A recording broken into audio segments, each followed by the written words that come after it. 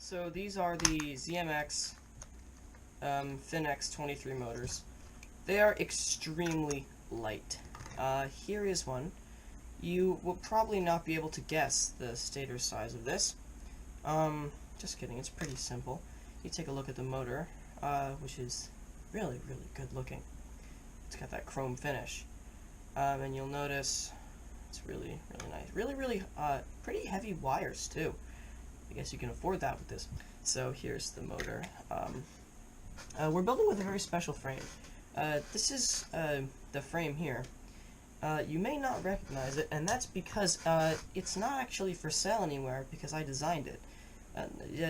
The frame is called the integer because each of the measurements is actually a nice number. It's a nice number rather than like this being something more than it actually. Okay, so basically this number is 10 millimeters.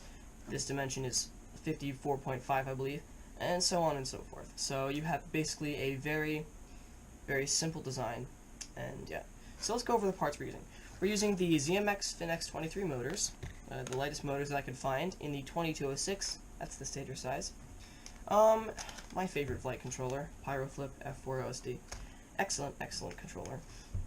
The ESC, I'm going to try this. I got it as a stack on the website. It's actually a 45 amp 6S ESC.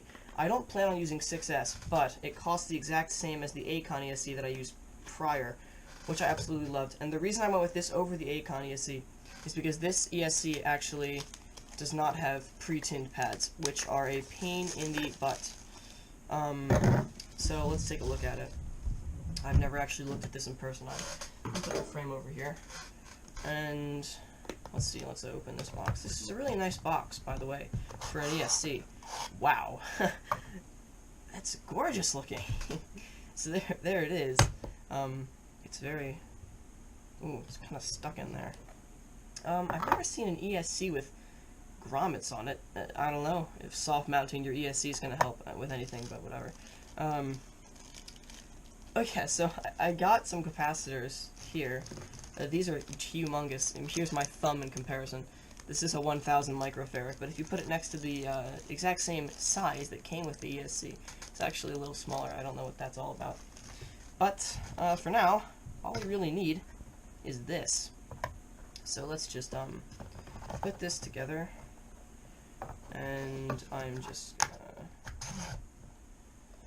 put this off to the side here, and let's see here, take the frame, and pick which side is the front, this side or this side. This side's the back, why not? And the nice thing about these grommets is that if I had accidentally made my stack, oh boy, do I need longer screws? I think I need longer screws for that. Yeah, you can see it's actually flush. That wasn't the intention, so I will have to get longer screws. Good thing I have longer screws, so that's actually good. Stop recording. Hello guys, so we are back. My GoPro died, I charged it up a little bit, so we're back in action now. So, okay, I don't know how well this double-sided stick tape is gonna stick. Zip tie, bit of zip tie, help at all? Probably. What you're looking at essentially is my progress so far. So I'm just tinning up the ESC here. I have already started on the motor wires. It took a little bit of force, but what I ended up doing is taking some flux, and that helped. The positive one went on no problem, but the negative one had some trouble. So yeah, well, I didn't even tin that. So what I'm doing here is I'm just tinning the motor wires. Yeah, so the frame, as I was talking about before, is my very own integer frame. Now, this is a pretty good frame. It has one flaw.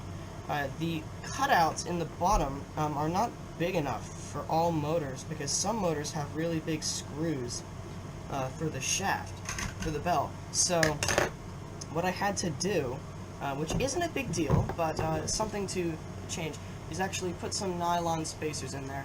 And that should be fine, but I'm just letting you know. So yeah, all these spin fine now. Let's see here. What else? Okay, so the way I'm mounting the motor wires is something that I saw RC Addict doing, and he does, what he does is he puts them in here behind the standoffs. So what that allows is it to look very, very clean. However, this build is oriented towards racing, so I don't know if this is optimal for servicing. That's the word I'm looking for. So I don't know if I will have to change this.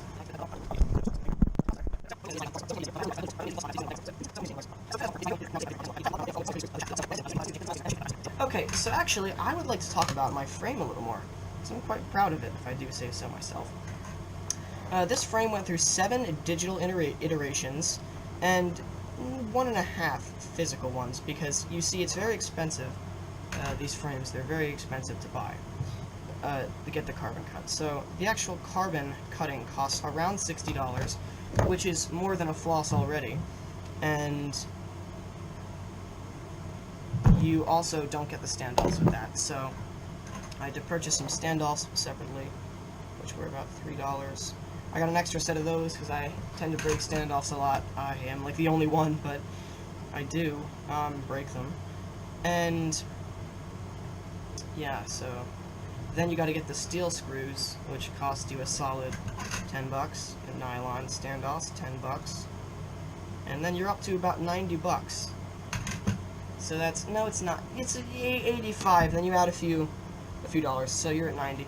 So yeah, it's quite expensive. And then I actually had to modify it slightly because this middle plate was required to give the motors, or the actual arms, adequate bending strength, if you will.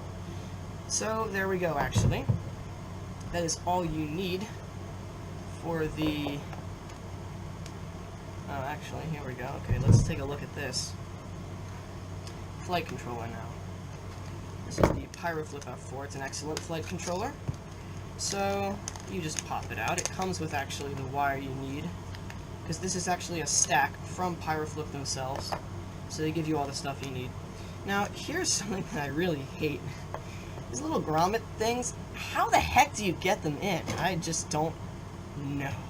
Yank them through. That was pretty good. Okay, so here's how you put the standoffs in. You take them, hopefully you can actually see what's going on here.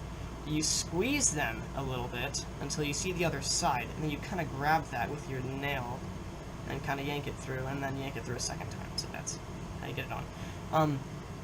Something that is actually destroyed many of these little grommets. If you try and use this grabber thing to pull it through, you're going to rip the thing in half, so use your nails. So yeah, you just pull it through. A little bit. There we go. Okay, so there's your board with the grommets on it. And let's double check something.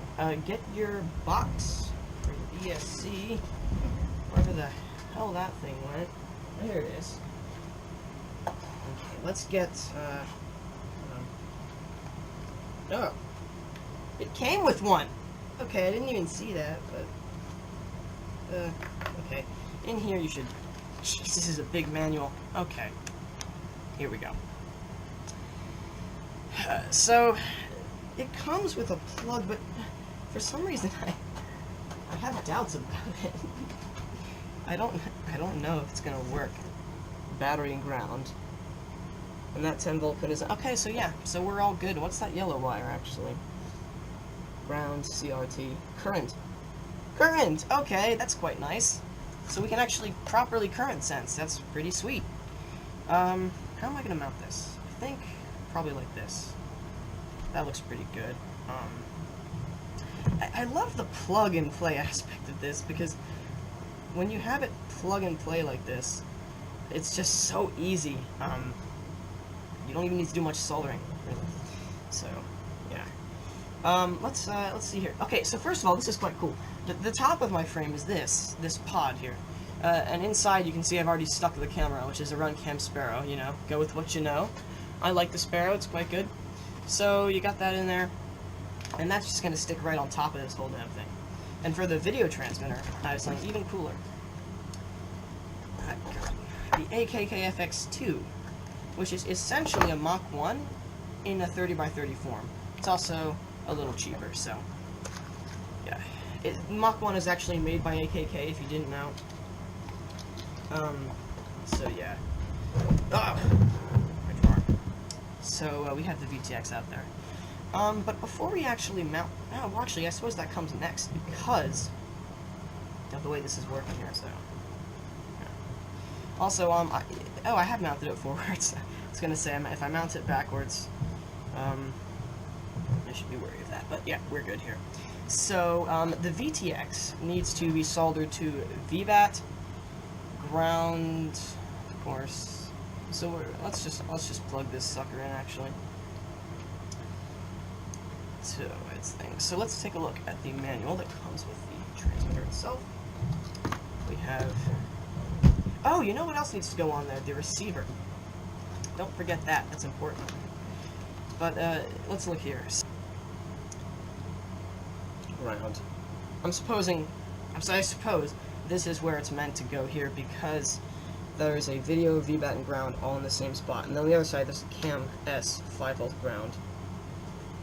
Camera C. What's cam C and cam S? I don't really know. I'm gonna go ahead and look it up. Ta-da! Okay. So now, to solder the VTX up, I'm gonna actually take it off its thing because you don't need that yet. It's gonna be my video. This pin all the way to the left. So I'm gonna solder that pin or tin that pin. It's a pad, not a pin, you dummy. Gonna tin that pin. Pad. Wow. Tin pad. Tin the pad, tin VBAT, tin ground. So, when this thing's on here, how long do these need to be? Let's see here. So, get this on here. This has got to go underneath and to here. So just about as long as they are now, really. So I'm just going to solder them on as they are. Gonna wire that up there.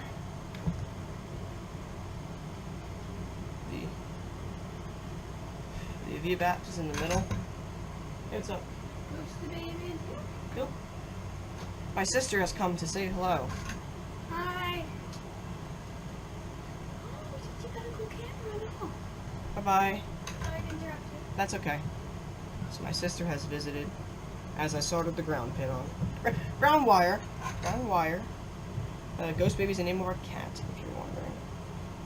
This. The far left pins. Okay, so that is correct. Okay. That's what I thought. I was just making sure. So, we now need this wire for the video. So I'm just gonna get that up, tin that. Okay. Since it's already on here, it's kind of hard to tin, but it's okay.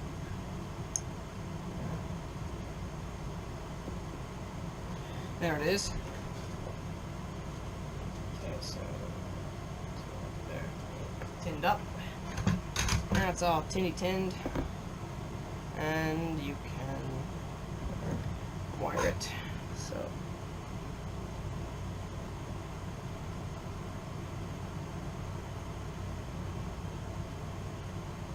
Excellent. That's all soldered up. So, the camera gets quite warm. Oh, my battery's dead. Okay, hang on a second. Nice. We'll twist this up a little bit. I should have done it before, but whatever. It's okay. And there we go. Let's twist it up. Now, you don't actually need these two, because these are going to feed the camera with power. But our camera is going to get power from the flight controller, so we don't need those. Chop those off. So now you want to wire the smart audio to UART3. So where is UART3?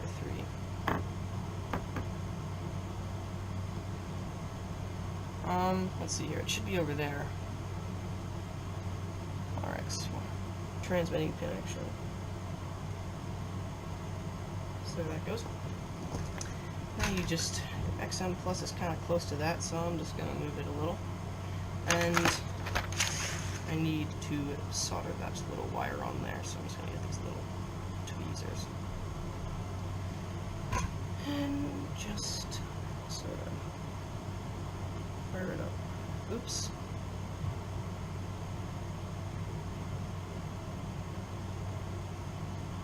There goes the smart audio. Okay. So now I've got smart audio. So that's all the wires you need for the video transmitter.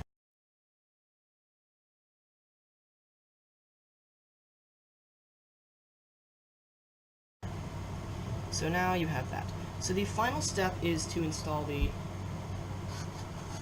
camera. That's the final soldering step.